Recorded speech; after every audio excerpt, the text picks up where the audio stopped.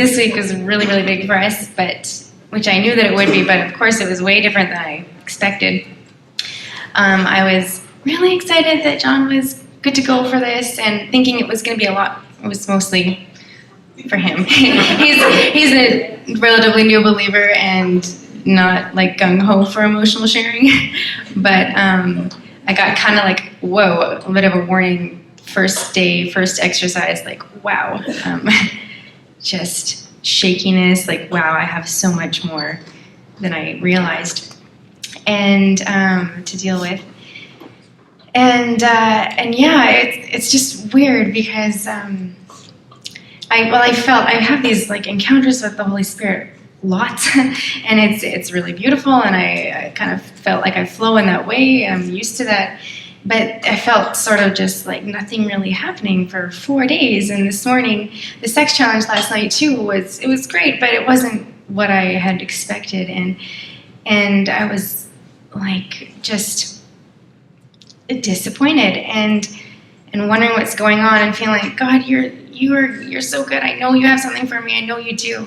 And then the first exercise with our group just hit me, and everything finally came, and I had major breakthrough. And they decided to do this spiritual journey I got to share, which was cool because I'd always sort of felt like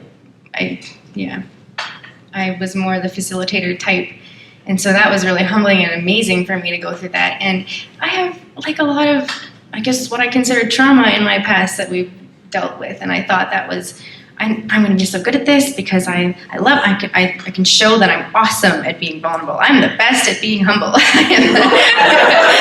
so good at that. And then it turns out that there's just this really weird little embarrassing, totally like not on my radar thing that the Lord brings up for me to share. And wow, I don't think I've had that much of even a physical reaction, just, with our group. And it was amazing to go through that and see just the way the Lord gave me a word a year ago about, he said, secrets are the devil's playground.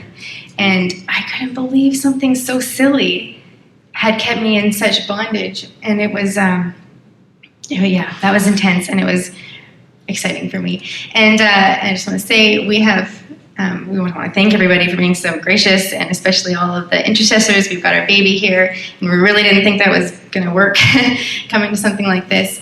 And our table has been amazing and really blessed us. And we had a sex challenge last night, and we're staying with friends, and we've been doing 9 to 9 with, like, we have a baby, and I'm up all night feeding her, and this has been really hard, and I'm exhausted, and it just didn't work. We didn't really even have time to do the exercises in the mirror kind of thing. But then we have this table and these friends that take our baby and give us their hotel card, because now they've got a hotel room, and shoot us upstairs for lunch. So I'm like, wow. Best table. Best table. And yeah, that was the Lord provides. Well, she took my icebreaker. I was going to do that, but because, like she said, I'm not the one to talk about emotions and stuff. But that shovel analogy, or that mat analogy, you lift the mat and there's a little more dirt. I was like, well, I came here with a shovel and I'm shoveling, and shoveling is like, oh, there's a mat under there. That's right. That's where I was at with this whole experience, and I just. Again, my heart was in my throat even thinking of coming up here to say things, and it was like, okay, well, you should probably go up there and say some things, because right from the beginning, it's been a struggle. Before we came, and I know the story is similar everywhere, it's like everybody kind of fought something to get here. I was more sick than I think I can remember being, and just miserable to my wife and kids. It's not like that ever. It was like I was trying to give up, and I know my wife knows a bunch of people here, and I'm not looking to throw all our secrets out there, but before her, I had a lot of troubles in my life, and I dealt with it through vices, some pretty serious stuff.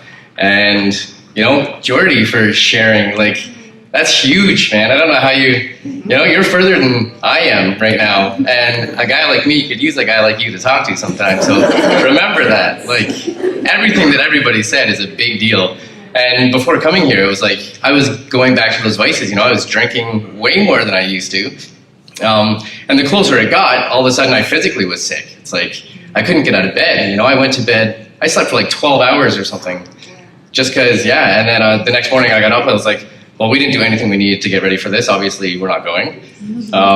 But we did. And yeah, it was a huge deal. Huge. I talked about stuff.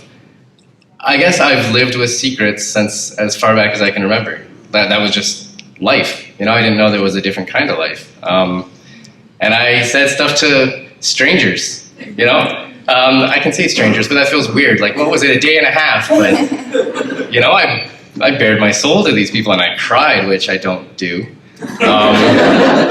And it was, yeah, this thing is a big deal. And coming into this, like, I kind of shared, it took me 2 days to get my story out. Like, we all did our little, bare your soul story thing. It took me 2 sit-downs with the group to actually get through it all. And a big thing for me with the Christian thing, like, I can say I knew God, but by that, what I mean is I knew he wouldn't let me die. And that's about as far as our relationship went, right? Like, I did a lot of stupid stuff, and I didn't die. And that's where our relationship was. It's like, I know he probably won't let me die. So it wasn't until I met my wife that, I was ever really able to say I had what even kind of resembled a relationship with God. And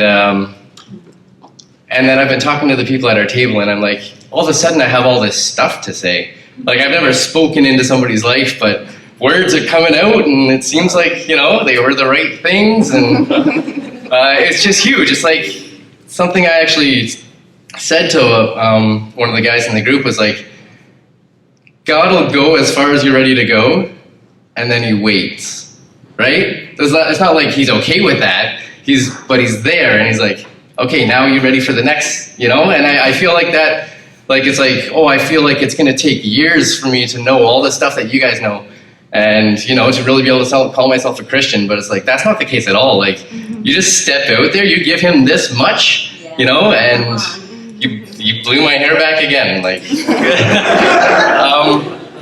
and I could go on forever, which is weird. But, so get this, I was always like, oh, I don't want that Christian life, it's boring.